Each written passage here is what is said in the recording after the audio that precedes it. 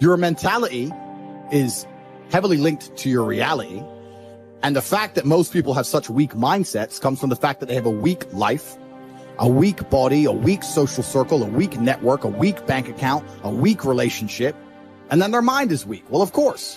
Whereas if you had a group of soldiers around you, men who were dedicated, who would ride or die with you, if you were strong, if your woman would never leave you no matter what because she idolizes you, then your mentality would be strong. Your mind would be strong by extension. So if someone comes to me and goes, I doubt myself, I usually look at them and go, yeah, I understand why. You're a little fat piece of shit. You're stupid. Of course you do. Excuses sound best to the person that's making them up. Stop feeling sorry for yourself. Get off the pity potty. Telling everybody your sad and sob stories, trying to get people to show up to your pity potties and your pity parades. If you ever see me in a Rolls Royce, a 6 or 7 star hotel, living my life to the fullest, don't get jealous of me, because I worked my ass off to get it. Nobody handed me nothing. Wake your ass up. Awaken the beast inside. It's game on. It's go season. It's time for you to take advantage of the access and the resources that you have in your country and your community. You got a problem with your life. You got a problem with your environment. Do something about it. If you want it, go get it. Every man understands you shouldn't be complaining about things you cannot change. You have to play the cards you're dealt. To be born a certain height and then to sit there and go, what do I do? I'll tell you what you do. You become the best version of yourself, just like everyone else does. Nothing about the height is in and of itself enough value for me to be a valuable man. As a man, you build your value. You are born with the cards you're dealt. Sure, it'd be ideal. Look, I'd love to be 7 foot tall. I'm not. So it's the same argument. If you're 5'2", you need to become rich, strong, and funny, and charismatic, and interesting, and witty. If you're 6'4", you need to become rich, strong, well-connected. It's the same game. So to sit there and complain about it is asinine. Excuses are for weak people. If you're going to make it happen, get your ass up and get to work. No more excuses. No more, I'll start tomorrow. No more, just this once. No more accepting the shortfalls of my own will. No more taking the easy road. No more waiting for the perfect moment. And no more indecision and no more lies. No more weakness. Now is the time for strength. And through strength and through will and through unwavering discipline, I will become who I want to be. If you don't execute, you're not just cheating yourself, dude. You're cheating your family. You're cheating your employees. You're cheating your team. Whatever you're a part of, it's bigger than you, man. Many of you have given control of your life to your feelings. You got to take back control right now. You must harden your fucking mind. You got to discipline yourself. When it's time to rise, you fucking rise.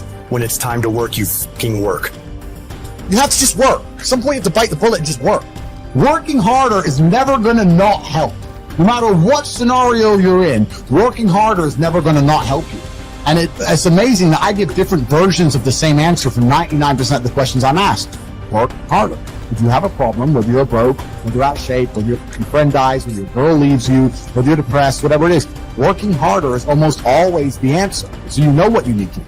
You need to do it. And what's amazing, again, it's kind of like the antidote. If you take the antidote before the poison, then you never get sick in the first place. If you're always working as hard as possible, if you're always working your ass off and trying to be the best version of yourself every single day, then you never get sick in the first place. You're already working. You're already taking the antidote. So things can't attach to you. They can't get hold of you. Working hard is the antidote to everything. So why don't you just do it in advance? Why don't your life just become work like mine? Why don't you just dedicate yourself to a cause and get up and do what you're supposed to do every single day?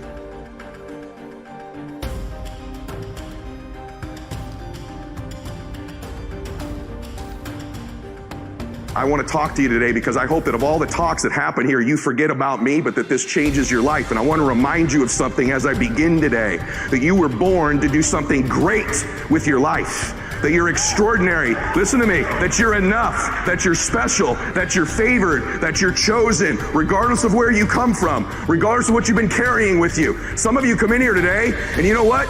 You've even thought of harming yourselves.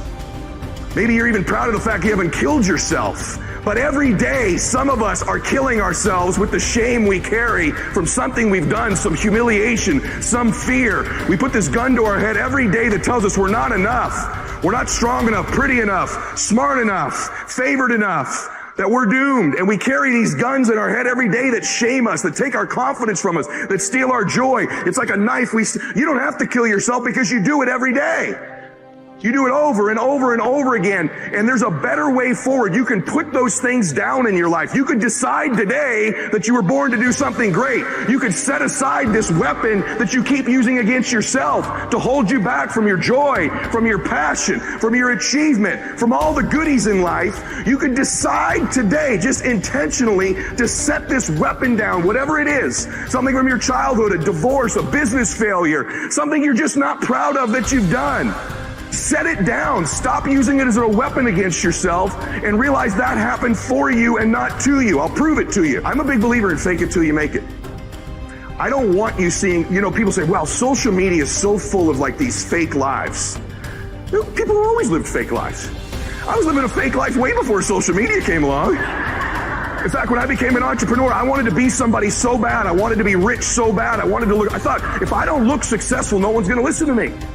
Who's going to listen to a young kid in business about how to save your money when I didn't have any? That was my own limiting belief. What's yours? You have this kind of convoluted limiting belief about why you can't do something right now that's your own BS story you keep telling yourself. How about you just drop that story? How about you just decide it's a lie, even if it is true? I'm not going to just teach you not to tap into your pain. I'm going to teach you how to do it. Okay, I teach people how to change things technically, but I believe in this concept of living blissfully dissatisfied, which means there's a way. Most achievers have it backwards. They think, hey, if I enjoy my success, I'm going to lose all my drive, right? And then other people that aren't successful yet, haven't reached what they want, or they delay their bliss until a destination in the future. Once I get this relationship, once I make that money, once I get that car, once I have that home, then I'll let myself feel bliss. And so I teach you that the concept is you can live blissfully and still be dissatisfied. Your pathway to changing how you feel about yourself, of getting to the next level, is always giving, always giving, always giving. I have this thing I kind of run my life through that kind of is my governor on my life of when I'm trying to give and when I'm trying to make a difference for people. And I just have this hallucination. I am a Christian, and so I believe that someday when I die, there's an accounting. I don't care if you. I'm actually one of these very interesting people that I believe in the quantum field and energy because I know it exists, and I believe my Lord and Savior created it. You have whatever your belief is wonderful. I don't preach. I just want you to know. I know there's an energy field. I know there's a God, and Lewis asked me on the show, what are 3 truths? And I said, the first thing is there's a God. I just want you to know that. So you believe your beliefs. I respect them. I admire them. I have people from every belief center in the world on my program.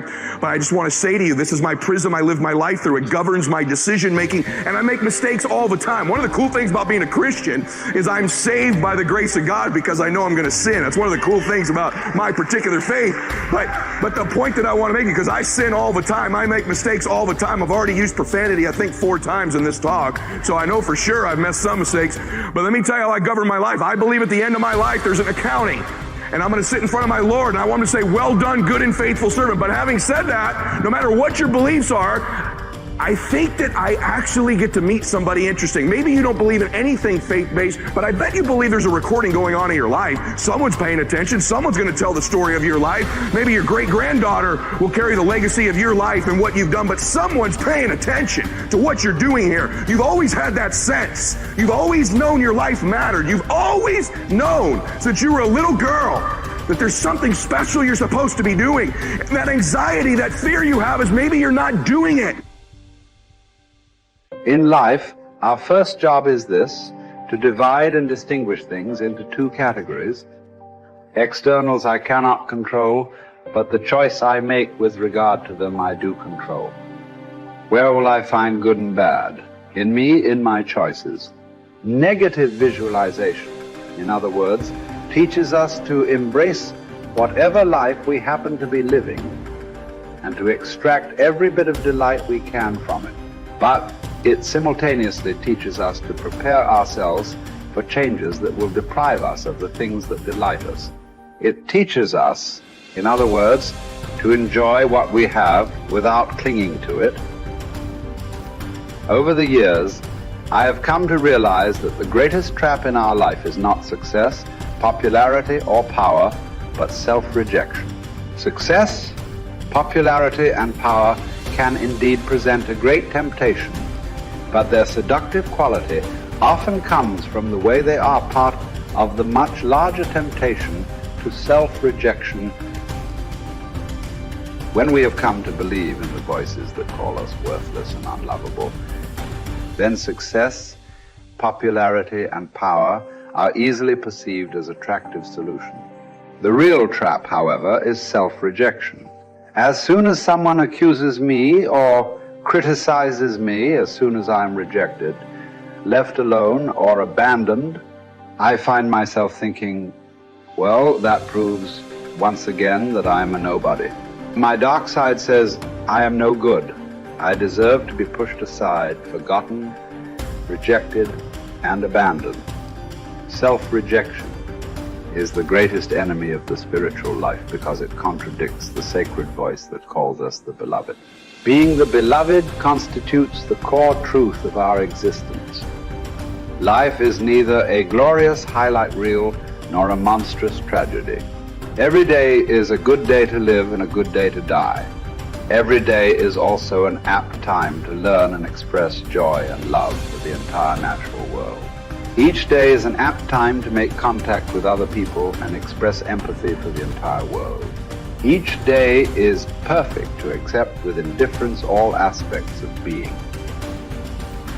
Persuade me or prove to me that I'm mistaken in thought or deed, and I will gladly change. For it is the truth I seek, and the truth never harmed anyone. Harm comes from persisting in error and clinging to ignorance. Let us too overcome all things, with our reward consisting not in any wreath or garland, not in trumpet, calls for silence, for ceremonial proclamation of our name, but in moral worth, in strength of spirit, in a peace that is won forever, once in any contest fortune has been utterly defeated. How is it that discipline and the straight and narrow offer the best chance for a good life? And how is it that we have forgotten that is the case? Well, the reason that discipline is necessary is because you're a mass of competing short-term interests. And so the question is then, well, which short-term interest should win out? And the answer to that is, well, none of them. They need to be organized into a hierarchy that makes them functional across time and across individuals. So like a 2-year-old is very likely to act out his or her proximal impulse. But of course, a 2-year-old can't survive in the world. You have to bring your primary instincts, let's say, under the regulatory structure of a higher order value system that allows them to manifest themselves without undue mutual sacrifice across large spans of time in the presence of large numbers of other people. So that requires a very sophisticated ordering. It's like, we already talked about the fact that a meta-narrative is necessary to unite subcultures, say, so that they can operate peacefully and harmoniously within the same space. The same thing applies within you, because you're an internal coalition of warring single-minded tribes, and they have to all be brought under the organizational structure of long-term collective vision, let's say. Mm-hmm. And in order to do that, you have to be disciplined. And any discipline, technically speaking, is an attempt to bring all those competing short-term impulses under a larger scale and more inclusive framework. And so you do that, and then, well, that's actually what gives you freedom. Being impulsive and being free aren't the same things, because if you're impulsive, you're just the slave of your impulses. Right. There's no freedom in that. That's the same freedom, so to speak, literally, that a 2-year-old has, because a 2-year-old isn't socialized yet. So it's a completely, that doesn't function in the sophisticated world. It doesn't work. Right. Everyone knows it.